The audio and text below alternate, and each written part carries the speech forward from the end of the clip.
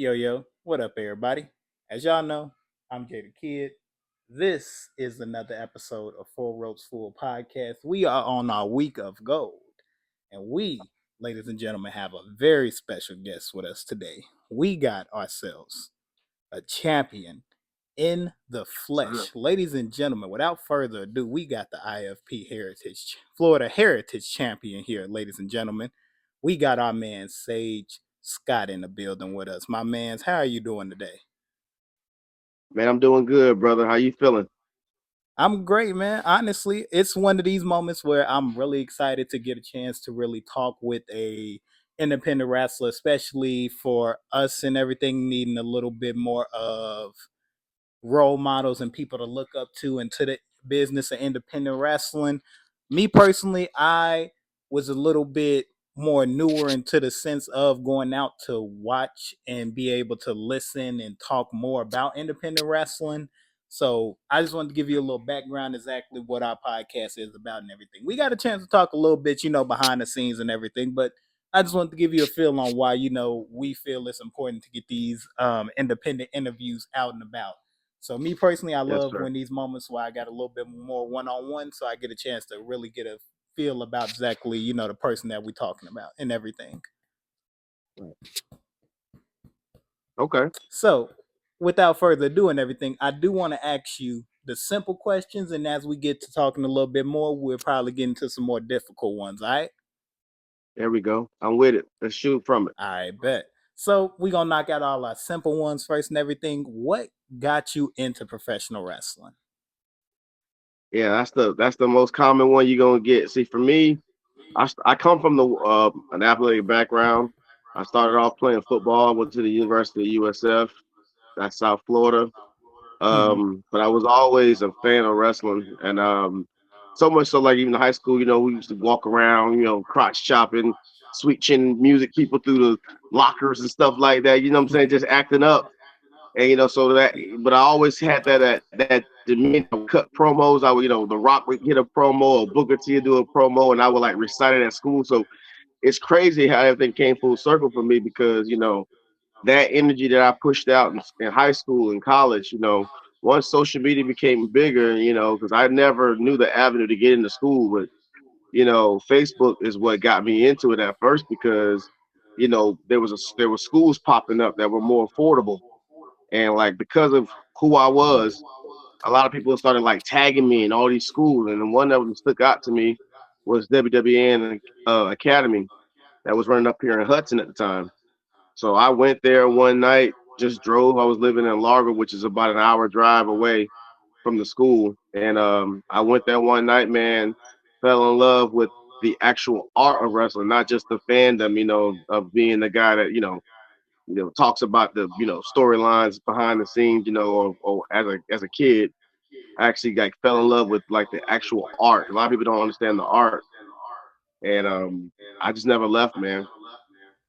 Okay, okay. I like that. I like that. So we're gonna get into a little bit more complex question and everything. At least we feel like it is. What are the five components that you learned when you first started wrestling within your first year? Well, respect. It's not, I already learned respect, but respect is the number one thing because it doesn't matter if you're a body guy or if you're a little guy or how many years in the business you've been. Respect can get you a long way in this business.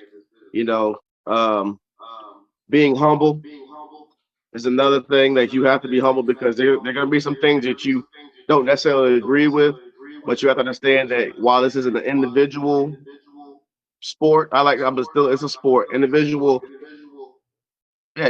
sport is still a team sport at the end of the day because everybody on the card we're building to the end goal, and the end goal is to put on the best show possible. Um, that's the two main things. For another thing would be, man, you have to have. I would say I have to put it out there. Your memory. You gotta have like a real sharp memory to go out there and do what we do because and be able to like go on the fly with a lot of things. Like your memory Mayfair, you might get your bell rung, but you have to understand like how to what's your go-to. You have go-to moves, you have go-to things that you can do to like, help save a match or help save an angle that you're trying to push across. Um, and communication, that ties in with communication. Communication will be another one. The communication is extremely important when it comes to wrestling. You know, I know there's a lot of smart marks out there, on the indies or they got the internet. So I can say these type of things now that are used to be taboo to say that kind of stuff out loud. But we've got enough platforms that we know how the business works now. So I'm not saying anything new. We Hmm. communicate, we talk. You know what I'm saying? And talking is you got to be able to do that because everything isn't going to go off the way you planned it every single time. So you have to be able to communicate with the person that you're in the ring with, and generally just being a good team player, a good locker room guy. Because I pride myself on being somebody that you can come to all the time. And these may not be things that I've 100% learned. Some of them I've learned to be better at. A lot of this stuff I already had, like I said, coming from already having an athletic background, but some of it I had to iron sharpens iron. I had to sharpen those tools to get to another level because anybody can get in this business, but only a few make it to certain levels. Okay. Okay. I like that. I like that. Now, going a little bit off topic and everything, just a little bit. One Okay. thing that I ended up finding out about you is that you have a little history with a guy that we interviewed on our show. One of my favorite interviews I had in a while. Our guy Jake St. Patrick. Ha. Yeah. The Jake of all trades. Yeah, that's he's Yes, actually my man. tag team partner, and we're part of the infamous Midnight Tribe, Hmm. See, I was just a gonna group ask that because you guys have another member, right?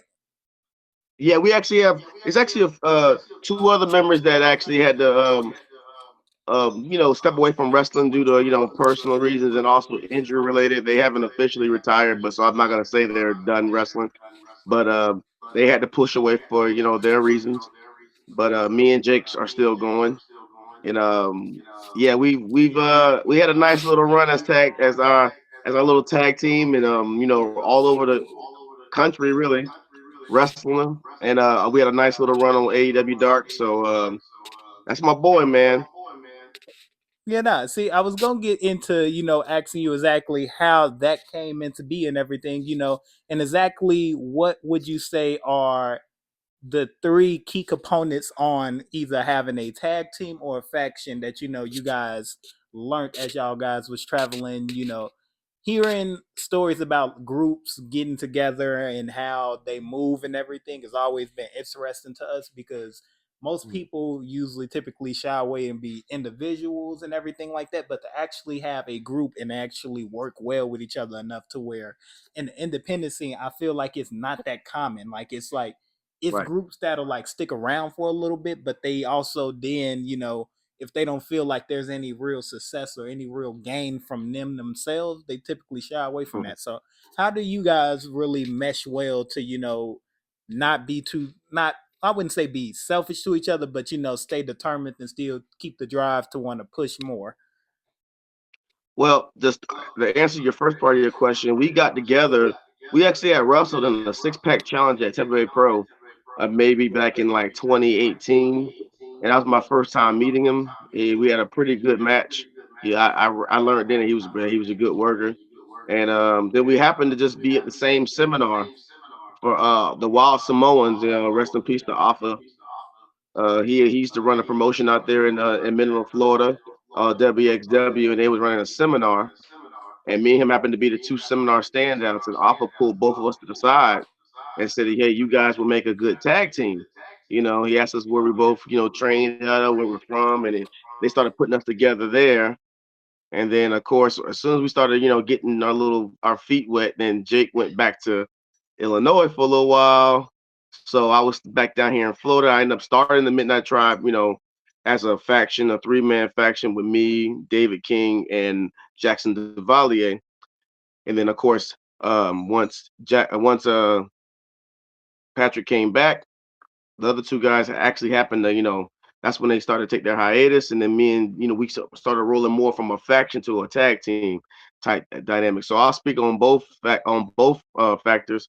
Uh, when I was doing the Midnight Tribe, the actual faction with other two guys, I was the elder statesman, sorry, so to speak, in the group. So I was kind of like the de facto leader. So it was like, bringing other guys on under your wing. They're getting on some of the bigger shows, and it was more of a teaching aspect. Even though I didn't feel like I was 100% ready for that particular role, it helped. Bringing them along. It's like you can protect guys. Like the other two guys are bigger guys, but when you're in the ring with in the beginning, you don't want to be fed too much too early because it can definitely you know stunt your growth because say you're a character but you're not really focusing on your in-ring work well, or you're got a good in-ring work but you don't have enough character. Well, the good thing about a faction is you're only doing 30% of the work, 33% of the work, depending on if it's you know a triple threat, a six-man tag or a tag team match. It kind of helps you break that workload down so you can focus more on the small nuances and stuff like that. And then that's what Jake came in, because for me, like I said, I wasn't ready for a lot of that. And with Jake, him being a little bit longer in the business than I am, I was able to learn off of him. He would put matches together and things that wasn't quite clicking for me at the time. He would be that person that would help cover for me until I got to that point. Whether it was in the match, taking all the heat, taking all the bumps. I'm just the guy on the turnbuckle, just fired up, ready to come in and get that hot tag.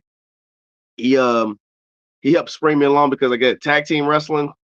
It's like it's two different people, but you have to be fluent with each other. It's like almost like two people have to become one. It's like Dragon Ball Z. It's like fusing with another guy, and you have to understand that our moves need to kind of like complement each other. And for me and him, he was more the agile guy.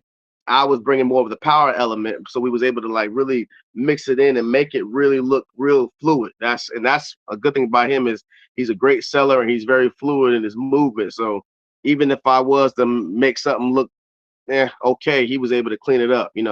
So those are a lot of important aspects. And then of course it got to the point where we was getting really good at it, and that was right around the time the AEW thing started popping off. So yeah, that's what I would say about that.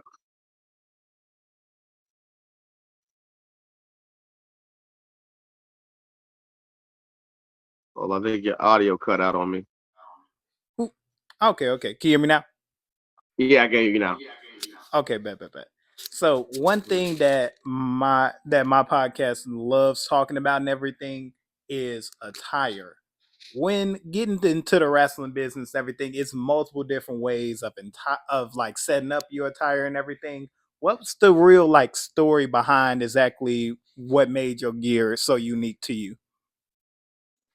Well, for me, I'm pretty sure you can already tell it's inspired by the Killmonger from Black Panther. I Hmm.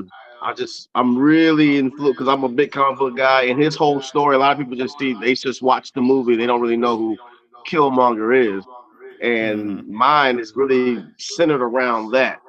And also, being originally from California, out of Watson Compton area, and that's where his story origins from in the movie, at least it origins from there, and being like a lost descendant of Wakanda. I can understand that outsidism, you know what I'm saying, where you feel like, you know, we're the oppressed people, but we need to be the ones on top because we have all the resources. So I was really enamored with that whole story. So I figured, how could I make it, you know, compilate and make it like a thing in real life. That's the thing when it comes to attire and it comes to colors, when it comes to gimmick, you have to bring something, a character to life. So mine with the gold, for us, gold is royalty, just like purple is royalty as well. But they're royalty on two different factors. Say for me, the gold, I'm more of a heel, so it's the flashiness. It's the I'm better than you and you know it. Not to steal anybody else's catchphrase, but that's what it comes off. It comes off as, I'm above all. You know, Trill meaning, I'm saying somebody's real and true, and Mongler being somebody that destroys. You know what I'm saying? So I'm bringing two different worlds together. I always joke and say that my gimmick is like if Tupac and Killmonger had a baby. That's me. That's that's if I sorry for the analogy. I'm just saying if you just mesh those two guys together, that's my gimmick. I like that Tupac mix with Killmonger. That's dope. That's dope for sure, man. Now, Yeah. on top of attire and everything like that, being in shape. Now, when it comes to keeping your body healthy and everything, knowing that you gotta be on those long dates, tours and everything, you go from city to city, state to state, country to country, and everything. When Right. exactly? When do you actually like really, as a indie wrestler, have time to actually take a reset on your body and everything? Find the time to work out and eat right while traveling so much. Well, for me, luckily for me, I have a great support system. With the missus at home, and she does a good job of making sure my nutrition is top notch. Meals are already packed for me. I'm a 3 a.m.er, man. I'm up at 3 a.m. I'm at the gym 4 a.m. in the morning. Doesn't matter what city I'm in. I'm a morning person, so I figure the earlier I get up, I learned it was a great quote from Steve Harvey back in the day. He was like, man, you over here sleeping to 4, 5, 6 o'clock in the morning. It's people on the West Coast that's already been up for 2 hours making decisions on your life. So that when I heard that quote, it made me like, you know what, I got to be an AMer because it's like the earlier you can get up and you can train your mind to start your day a little bit earlier, the more time I have to put into other things, because what happens is you become like the person that, oh, I'm gonna do it later in the day. You become a procrastinator. And then all of a sudden it's, oh, okay, well, I'm gonna get to this workout tomorrow, or I missed today because once the day's halfway over, most people are like, well, we'll just start tomorrow. We'll do it tomorrow. I'm like, no, you don't put off for tomorrow what you can do today. So if I could train myself to get up before anybody else is up, and I'm out working any and everybody, I feel like that puts me ahead of the game. I like that. I don't think nobody ever really gave us a legit in-depth answer like that, for real, for real. I like that. Hmm. Sir. So getting into it, of course, growing up and being a fan of wrestling and everything. If you could put your top five in a Mount Rushmore type of setting, who would those five be? So top five. So okay, so which one we doing? Are we doing top five or are we doing Mount Rushmore? Because Mount Rushmore is that fourth spot. So are we gonna do like a You know fifth what we honorable do? mention? You know what? We can do that. We'll do your top five and who do you think is on the Mount Rushmore for wrestling in general. Ooh, man. All right. So for me, I don't care what nobody says. The Undertaker is one. He was one as a fan, and now he's even more so one now that I'm in the business and I really understand like the ins and outs. Um, Chris Jericho is another one. Great name. Oof, man, it's gonna get real dicey now because there's people that I had on there before that I'm like, I'm different on it now. Yeah, you always So got to switch it up a little bit. you always got to switch it up. So one of the newer people I would say is CM Punk for me. I really feel like Mike Wise, and I ain't just saying that because you're in Illinois. I'm just saying that he's definitely up there, man. Like a lot of people don't got you really got to understand what this man's been doing. And wow. Ooh. If we're gonna go, I gotta put Sean in there because I don't think any list is like has to have Sean on it. Like that's like, do you know wrestling? If Sean is not on your list, something's wrong with your list. I that's just the Yeah, nah. overall wrestler. That's like if God just engineered a wrestler from scratch, probably Shawn Michaels. I And agree then for with you a that thousand fifth percent. spot, oh man, it's so many people, man. There's so many guys. But for me now, like I said, the list is it's fluid. It's fluid. I think I gotta say Roman, man. I gotta say Roman. I know I'm giving a nod to some of the older guys. Well, they're older for us because we grew up on the first couple ones, but the other ones it was more so as like a teen and adult. But Roman, I mean, even in a part-time capacity now, this, I mean, people like they like The Rock, they like Stone Cold, and I like them too. But if you really look in the totality of their run, they had like a 5 or 6 year run. You know what I mean? Like they were around, but their run. You know what I mean? As the guy. So if you just, I know people are going to talk about the first 6, 7 manias or first 6, 7 years where people just we were getting force fed Roman. Look at his last 5 year run from the pandemic to now. Like who really did it better? There's not too many, honestly. That's a good Yeah. point. So I got to Fairly go off that. about. Yeah. I'm with that. Okay, okay. And then what's about your Mount Rushmore? So now Mount Rushmore is different because now you guys gotta take your personal feelings aside and talk real wrestling now. So Mm-hmm. when you say that, I'm still gonna put Sean in there, number one. Valid. Well, it's not even gonna be an order base because the Mount Rushmore is the Mount Rushmore. It's just the 4 pillars of wrestling. Mm-hmm. So Shawn Michaels, mm, Bret Hart, man, Taker still gotta be Taker. And for that fourth spot, man, probably Cena, man, because I mean, that's a spot left. Some you might put Sting, whatever. I gotta put Cena. No, that's valid. Honestly, can't really be mad at you for that choice. Cena makes sense. Yeah, it's not even, Honestly, I and would this is say like he I is a said, pillar. right. This is not, and this ain't my list. This is like understanding who the best is, like who is the one. You know what I'm saying? Mm-hmm. 5 years I from feel you. now, I feel like Roman's gonna be on that Mount Rushmore. I really do. Yeah, honestly, I could see a lot of people should be giving him his flowers the way that I think he should perceive them. But it's some people who don't feel like he deserves it just yet. But me personally, I mean, if I'm the number one dude for 3, 4 years straight, you can't really say shit to me. I'm doing something right, personally. That's facts, bro. And I'm thinking about it. I'm thinking about it. He gave us entertainment when we desperately needed it. Like what The Rock and Stone Cold was doing, I'm not knocking it because 5 years from now, I mean 5 years ago, I'd have put them. They would have been on both lists. But because I'm Mm-hmm. thinking about where we were mentally, and like wrestling was at an all-time low when he was bringing that bloodline stuff here. And he was people want they can say what they want, but he resurrected.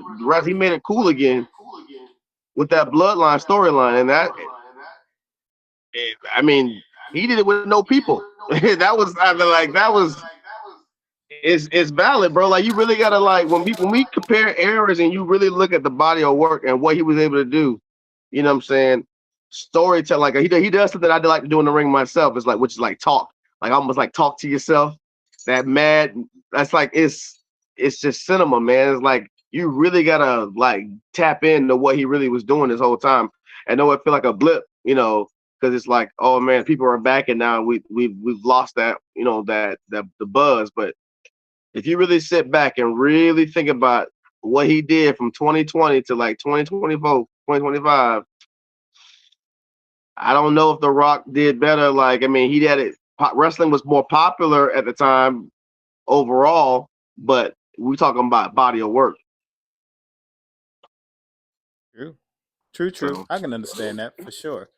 Now, before we get into one of our final segments and everything, I do want to talk about what you'll be doing here in a few weeks. You will be going out there to Canada very soon to be a part of IPW.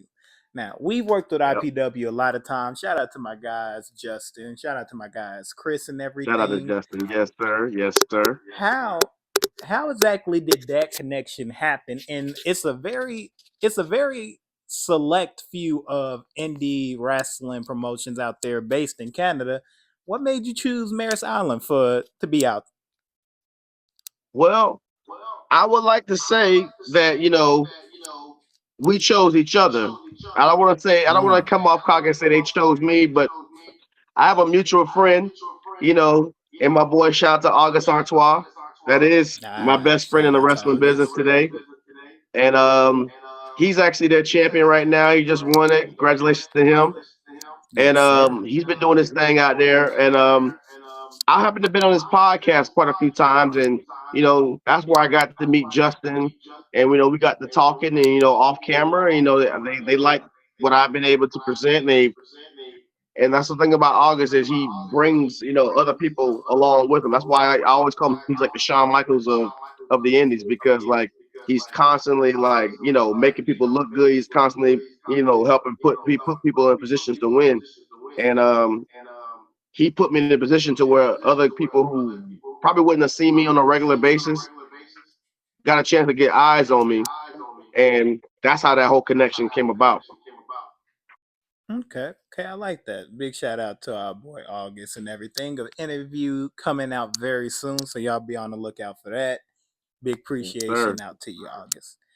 Yeah, not like being able to honestly say that wrestlers working with each other in the independent scene for everybody to grow, it seems like it's something that is rare, on the sense of only because when it's the independent scene, sometimes it just feels like, well, from the outside looking in, you being a professional wrestler, No. you might feel different about it.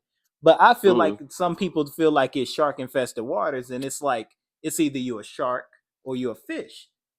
And it feels like, some people, just like to push certain people back, or, not give up too much detail or salsa, never show their hands and everything. So I just wonder, like, do you Yeah. feel like that's the case for a lot of independent guys? Well, I'm gonna give you your percentage. What you just said is maybe I want to say 85% true. Hmm. There's like I would say there's maybe like a 15% that I would say like in August falls in that category. Is like when you are good at what you do, you don't worry about your spot. You shouldn't be worried about it. That's like, and like you said, it's shark infested the word, because everybody thinks that, oh, if I help this guy with a booking or I help this guy get a connection, well, what's gonna happen to me? If you're taking care of business, your spot is always gonna be locked.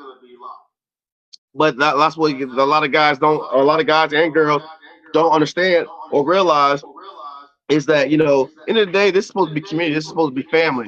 You know, this thing that we do called wrestling. This thing of ours, it's a community. It's a family. Not many people understand what we do, and the fact that you got people who don't really have a wrestling mindset. They come from other worlds, and they come and they infiltrate this business. We're fighting against that type of stuff all the time. So the hardcore wrestling fans, the hardcore people at heart that really love this business, we have to stick together. And that's why, whenever anybody wants a help from me, like, hey, they see a show I'm on, I'll give them the Iggy, hey man, hit up this person. This is the person to get you there. 'Cause I'm not worried about if Sage is gonna get booked. Sage is gonna take care of Sage, and Sage is gonna make sure that he's in a position to win. But people who I feel like deserve that, like some people, like I said, for quote on better like, but there are a lot of assholes out here in the business, and they don't deserve that. So you know how to navigate these waters and see who's real and who's fake. So but the real ones know, hey, you need help in the business. That's what we're supposed to be there. We're supposed to help uplift each other. Okay, okay, I like that answer for sure, for sure.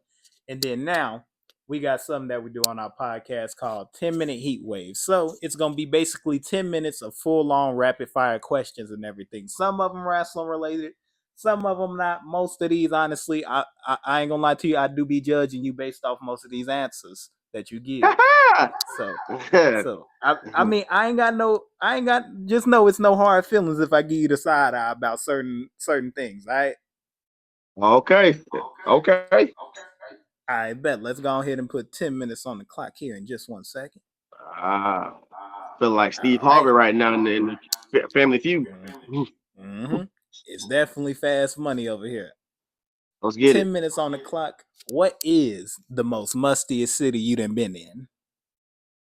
Oh, Savannah, Georgia. Yeah.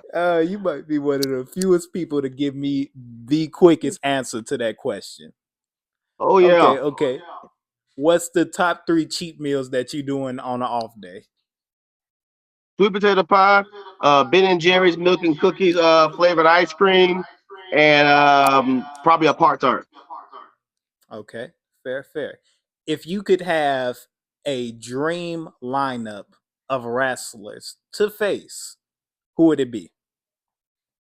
Like as far as like lineup, like tag team or what? Tag. Matter of Or fact, like a let's do five, three tag teams fatal five. and then I don't know. Let's do 3 tag teams and let's do 3 as an independent guy. So if you had to do it like in a fatal 4 way. Okay, so three tag teams that will want to face. Yep, 3 tag teams Brothers that you and Jake could beat. Brothers of Destruction, and they prime. Mm, The Hardy Boys in they prime, valid. and probably because I don't care. I'm a big fan of them. Because I didn't get a chance to wrestle them at AEW. Probably uh the brothers. Oh my god, I'm having a brain fart. Hmm. The brothers, the bang, Oh, the it's, Gun Club. yeah. Yeah, yeah. Okay, okay. The Those Gun. are my Okay, the guys. Gun Brothers. Okay, okay. Respect, respect. Now, what about your 3? Your 3 singles opponents. Three singles opponent indies. Yep. Indie. Let's Oh, do it. You right. Indies list, and then let's do it like your favorite wrestlers list. okay. So my three on the indies. I hope he watching this. I hope he see this. I want to smoke with Darius Lockhart. I've been trying to get that one for a little minute now because he on my bucket list. Uh, Treehouse Lee, me and him we tagged a little bit, but I never got to face him 1-on-1. I want to smoke my brother and Leo Rush Mm. because I know he's technically I don't know if he's signed all the way or whatever the case may be back with those guys, but he does a lot of indie dates too. So hey, holla at me. And then as far as now people I want to face like as far as like superstars as far as that goes. Yeah, I guess you can say like the WWE or like dream matches and stuff Guys like like that.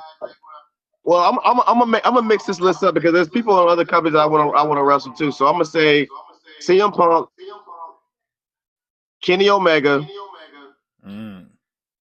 and um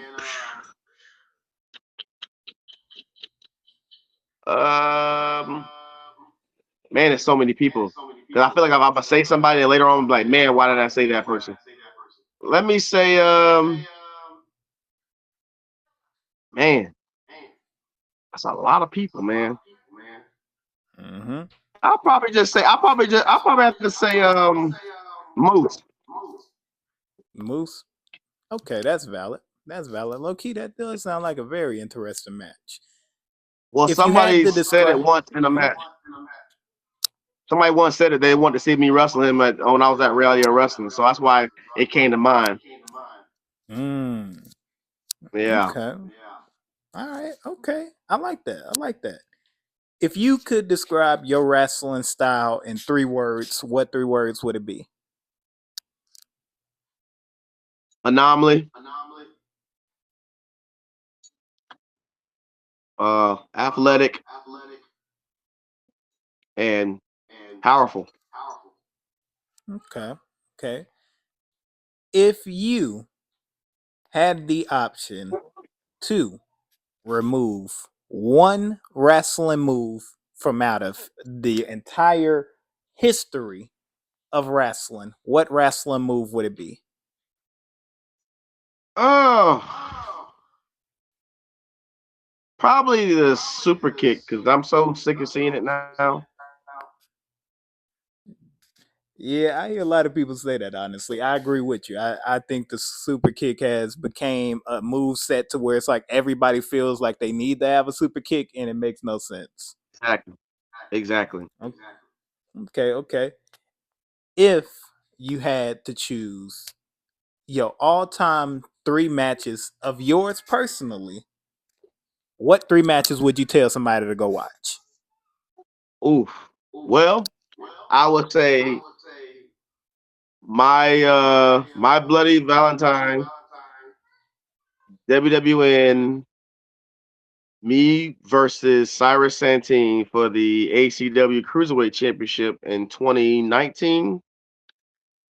I would say me versus Leroy Shogun at Tampa Bay Pro just last November in 2025. And man, I got a few that I stand by. I'll probably say me in August at I guess you could say Live Pro Wrestling is actually the link. Shout out to Alex Green Entertainment. You can find it on YouTube at Alex Green Entertainment. Me versus August for the FIP World Heavyweight Championship.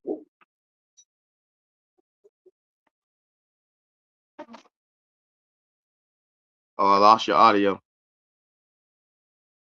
Audio. Is it still? I don't know. I must be There we clicking go. my little thing off wrong. Okay.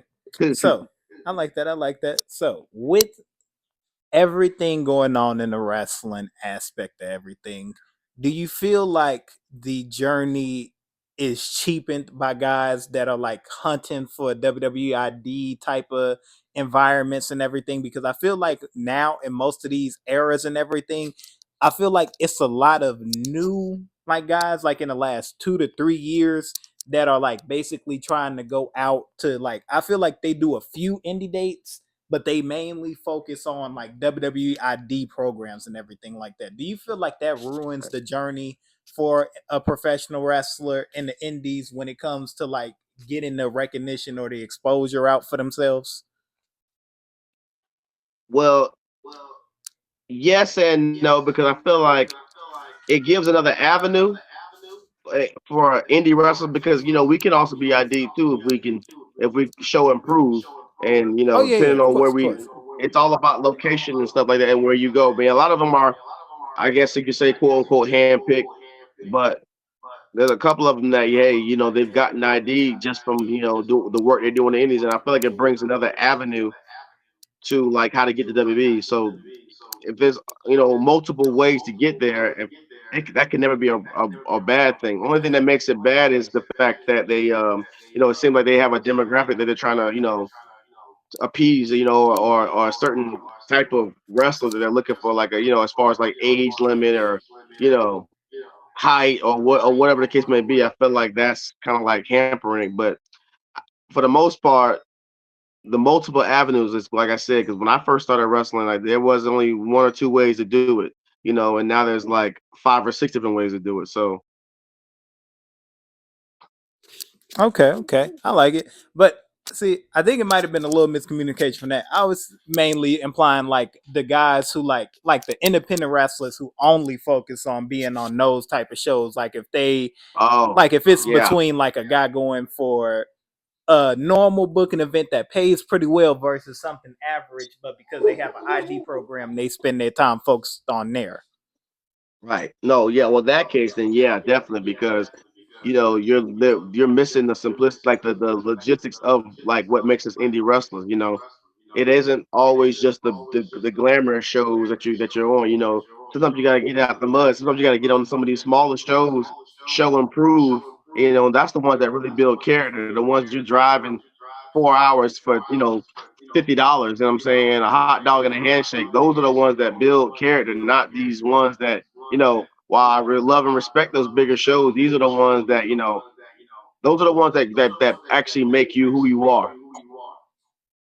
Okay, okay. Goat rapper, goat R&B artist, goat group. Oh, GOAT rappers, Tupac.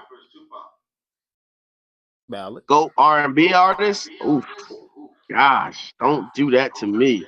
Oh man, GOAT R&B artist. I'm probably gonna say R. Kelly still. I don't. I mean, regardless of how unpopular that might sound, the music is the Valid. music.